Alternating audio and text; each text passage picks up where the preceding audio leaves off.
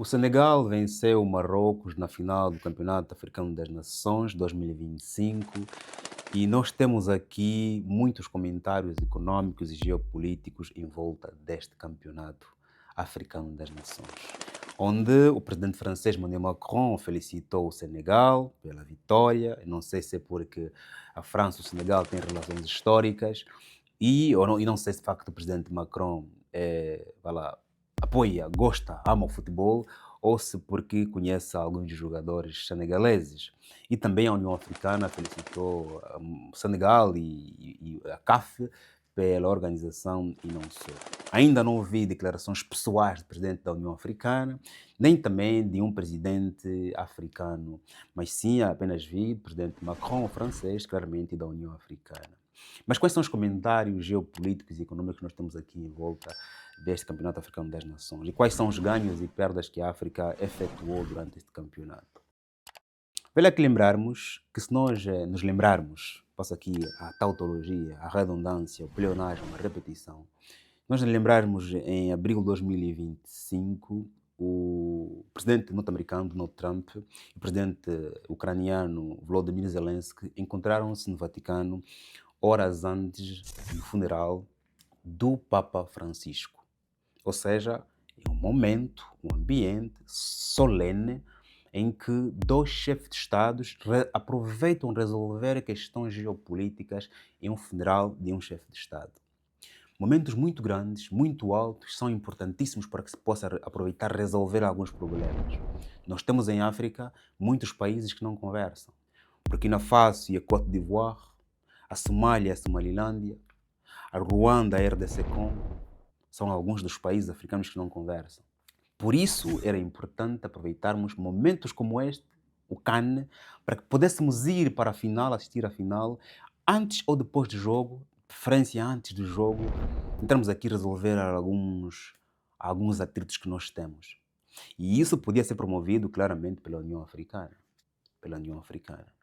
Ou então por um líder internacional, um francês, um belga, okay, um português, já que nós temos muito apreço pelos nossos anteriores opressores, colonizadores e outros nomes que você prefere aqui citar. Mas antes de entrarmos aqui para a análise geopolítica e econômica sobre o CAN, que terminou um jogo espetacular, terminou em prolongamento, ok? Claramente para além das discussões, o fim do fim, paragem, quase que o jogo terminava porque a equipa tinha que sair do campo, tinha que voltar, para além dos conflitos aqui, a arbitragem não só, são coisas de futebol. Para além disso, claramente, a nós, África, precisamos perceber que existem assuntos muito mais interessantes que podemos resolver dentro do campo. Por isso, meu chefe, faz like, escreva, partilha, porque o seu like é importantíssimo e é a razão pela qual eu volto para cá sempre, feliz ou não, para poder gravar vídeos. O canal está a crescer graças ao seu apoio, graças à sua partilha, ao seu like. E, por favor, continue a colocar like, a partilhar e a subscrever. E já agora, você que ainda não está inscrito, inscreva-te, meu chefe, por favor. Obrigado pela sua amabilidade. Do ponto de vista econômico, o Marrocos, que organizou o campeonato, ganhou bastante em termos de visibilidade do país, ganhou bastante em termos de turismo, chegou muita gente. Depois aproveitou-se também ali o streamer, o Aisha Speed, mas esteve ali a fazer o seu stream, aproveitando a apresentar as riquezas abundantes do continente africano e de Marrocos em particular. Também foi um boost para vá lá, a promoção gratuita do campeonato. Ok? Marrocos ganha com investimentos no turismo, estádio, hotelaria e não só, e outros empregos também temporários, né? Muitas pessoas trabalharam durante a fase do campeonato e conseguiram algum rendimento, se calhar muitos estavam desempregados e alguns também já tinham emprego, mas conseguiram fazer mais um part-time. Portanto, a massa monetária em Marrocos circulou bastante e foi muito bom para o país. Razão pela qual os países disputam, lutam por poder organizar esses campeonatos, porque sabem que vamos ganhar muito dinheiro, também vamos gastar, mas também ganha-se muito dinheiro quando o país demonstra estar estável. E a África, a organizar esses campeonatos, demonstra que nós temos países estáveis. E as pessoas vão para os campeonatos, sabem que se o país está a organizar o campeonato é porque o país está estável. Não há guerra, há paz, por isso é que as pessoas vão. E isso é bonito para poder aqui matar o estereotipo sobre a insegurança que há em África. Por isso é que é importante os nossos países fazerem luta para que possam organizar os campeonatos, para que possamos matar o estereotipo sobre insegurança, gatunos e não só. Ponto. Depois, do ponto de vista político, antes de entrar aqui no cenário geopolítico, do ponto de vista político, o desporto é usado como um instrumento soft power, ou seja, um poder amaciado ao futebol. Okay?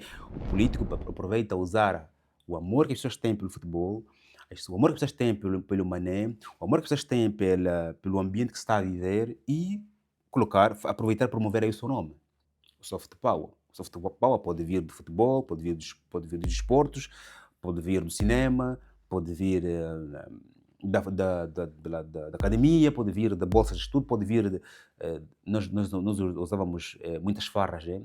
Havia um país onde havia um presidente que cada vez que se aproximasse um momento festivo, né, organizava farras, okay, shows duradouros, e baixava para o mínimo possível o preço da cerveja, o preço do churrasco. As pessoas ficavam felizes durante dois, 3 dias, e para alguns aquele era o melhor presidente.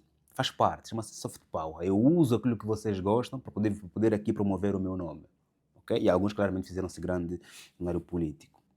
Depois, do ponto de vista geopolítico, nós vimos aqui o presidente Emmanuel Macron a felicitar. Claramente, como eu disse no princípio deste vídeo, poderá ter a ver com a sua simpatia ao futebol, com a sua simpatia ao Senegal e também, claramente, com a sua simpatia aqui às nações africanas.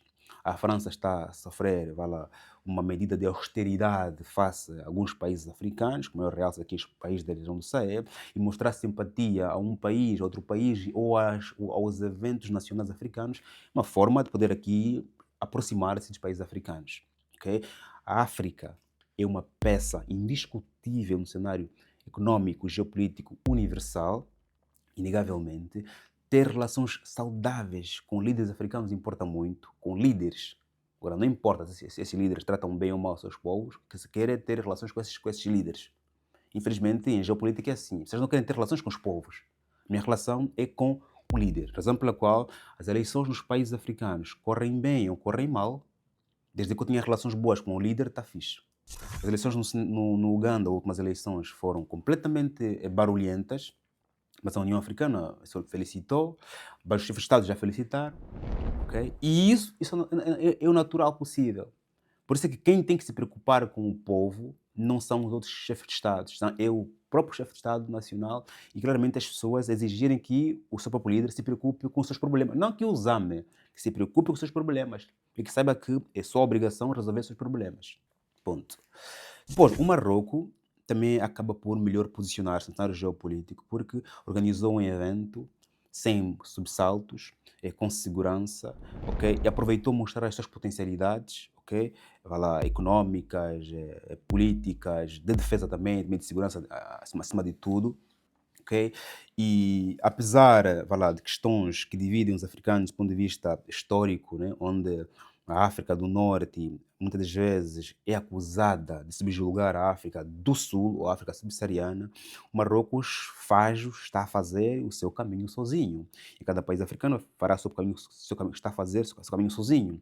Infelizmente, o nosso caminho devia ser feito em conjunto, para evitarmos aqui parceiros diferentes, com intenções diferentes, mas a geopolítica africana é polarizada.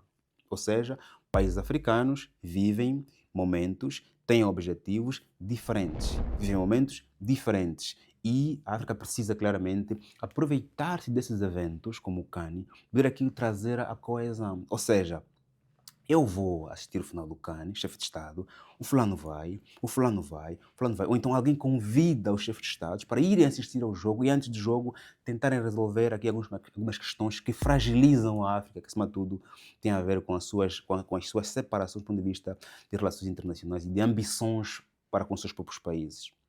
Precisamos aproveitar esses eventos para nos unirmos. Todos gostam de futebol.